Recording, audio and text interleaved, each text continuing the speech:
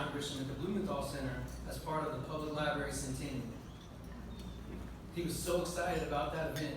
In fact, I believe it was the first time he gave a public speech since getting his ventilator and since he had to learn to talk with his eyes. He wrote that speech by, there it is, it's 2003. Time flies. He spoke by eye for the first time there, meaning he used his eyes to look at the computer to signal the computer to speak his words. So even the heavy weight of this drastic change of life that he had just gone through, nothing could keep him from sharing that stage with John Grisham that night. My dad got that gig because John Grisham, that you heard a little bit about, was close buddies with my Uncle Bubba. Yeah, he's had that Uncle Bubba yet. It's a friendship born from years of sitting in the left field lounge watching Mississippi State baseball games together. So when the foundation asked me if I'd be willing to introduce John Grisham to you all at dinner tonight, I eagerly accepted, and not just because I wanted to help, but because I have a good story to tell. It's my dad's story, and it not only goes to shed some light on the remarkable career of our guest speaker, but I love telling my dad's stories because it keeps him present. But the first part of the story makes me a little uneasy. So if you think that is a little less than gracious to our speaker today, please remember this is my dad's story.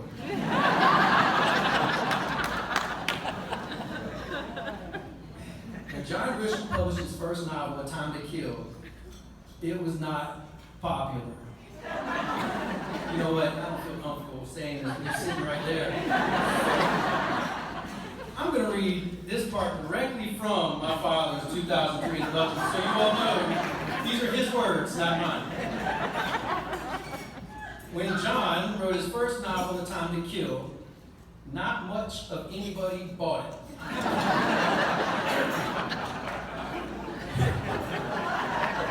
So, John's friend Bubba bought a crate of books and unloaded them on all his relatives at Christmas. Ours is inscribed to Joe and Joni from my beloved friend Bubba. I hope you enjoy it, John Grisham. I didn't expect much from a writer who was so grateful to sell a book he would call Bubba beloved.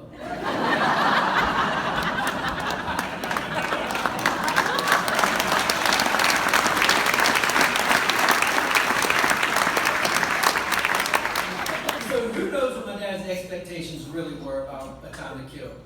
But I can tell you the reality of the situation, because I remember the moment my dad began to read A Time to Kill.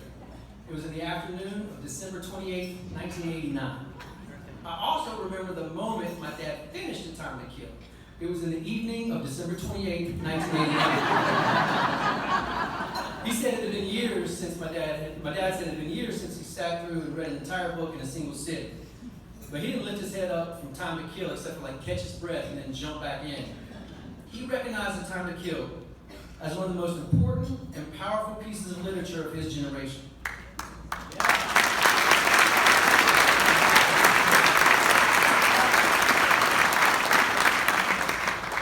The only other story that I'd ever heard my dad talk about with so much reverence was Chariots of Fire. And he really thought that both those stories should be taught in our schools. Now my dad, only knowing this author as Bubba's buddy, envisioned John Grisham as this young, struggling author, and he didn't want the world to miss out on what he knew would be an extraordinary career. He couldn't bear to think that A Time to Kill might be his only book.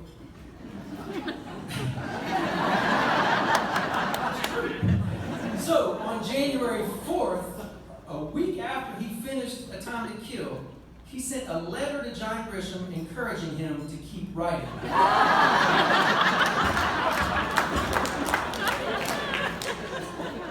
What most struck me, he wrote, was the way you captured the complexity of the forces, racial, political, religious, personal, etc., at work in the relationships without losing the focus or tension in the story. Surely I'll see this story again on film or video. It has all the visual elements to reinforce its literary merit. Now, when my dad would tell this story, at this point, he would get sheepish. And if you know, sheepish is not an adjective that was usually connected to Joe Martin. But he felt silly looking back and for thinking that John Grisham needed his motivation. Because what my dad did not know was that although A Time to Kill did not sell very well as a novel, Hollywood had already decided to make a movie out of it. And what's more is he had already sold the film rights to his second novel, The Firm. He sold the film rights before selling the hardcover rights. So John Grisham had already hit it big, and not just in Mississippi, he hit it big in New York, Hollywood, all over. And then along comes this little note from Bubba's little brother Joe. And it says, keep writing. It'd be like, dear Stephen Curry.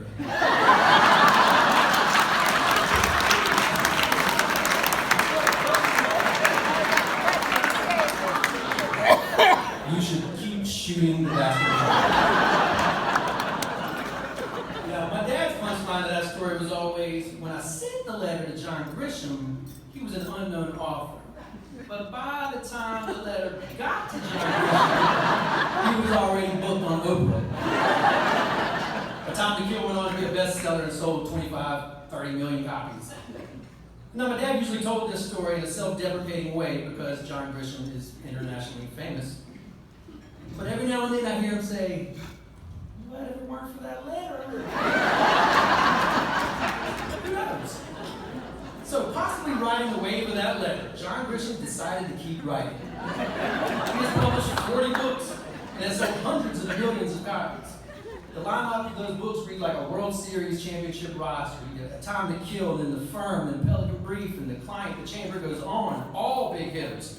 My niece Jane, who is here tonight volunteering, she told me yesterday that her 10-year-old little brother Rivers has decided to go to law school after reading John Grisham's Theodore Boone series about a 13-year-old kid lawyer. Harvard or Yale, you haven't decided, right? So my dad was right. This unknown author has indeed gone on to being one of the most powerful storytellers in the world. My dad taught us fiction is truth, unencumbered by fact, and turned to authors like John Grisham in particular for words about truth in our humanity and how we live with one another. His most recent book is Camino Island. The blurb is a gang of thieves stage a daring heist from a secure vault deep below Princeton University's Firestone Library. Their loot is priceless, but Princeton has insured it for $25 million. Judging by every book he has written, I know we'll be highly entertained, and we'll also learn about truth in our humanity. We're very fortunate to have John Grisham here tonight. Simply by agreeing to be our speaker, he has benefited the Joe Martin ALS Foundation in record-setting fashion. As soon as we announced he was the speaker, the dinner sold out for the first time ever.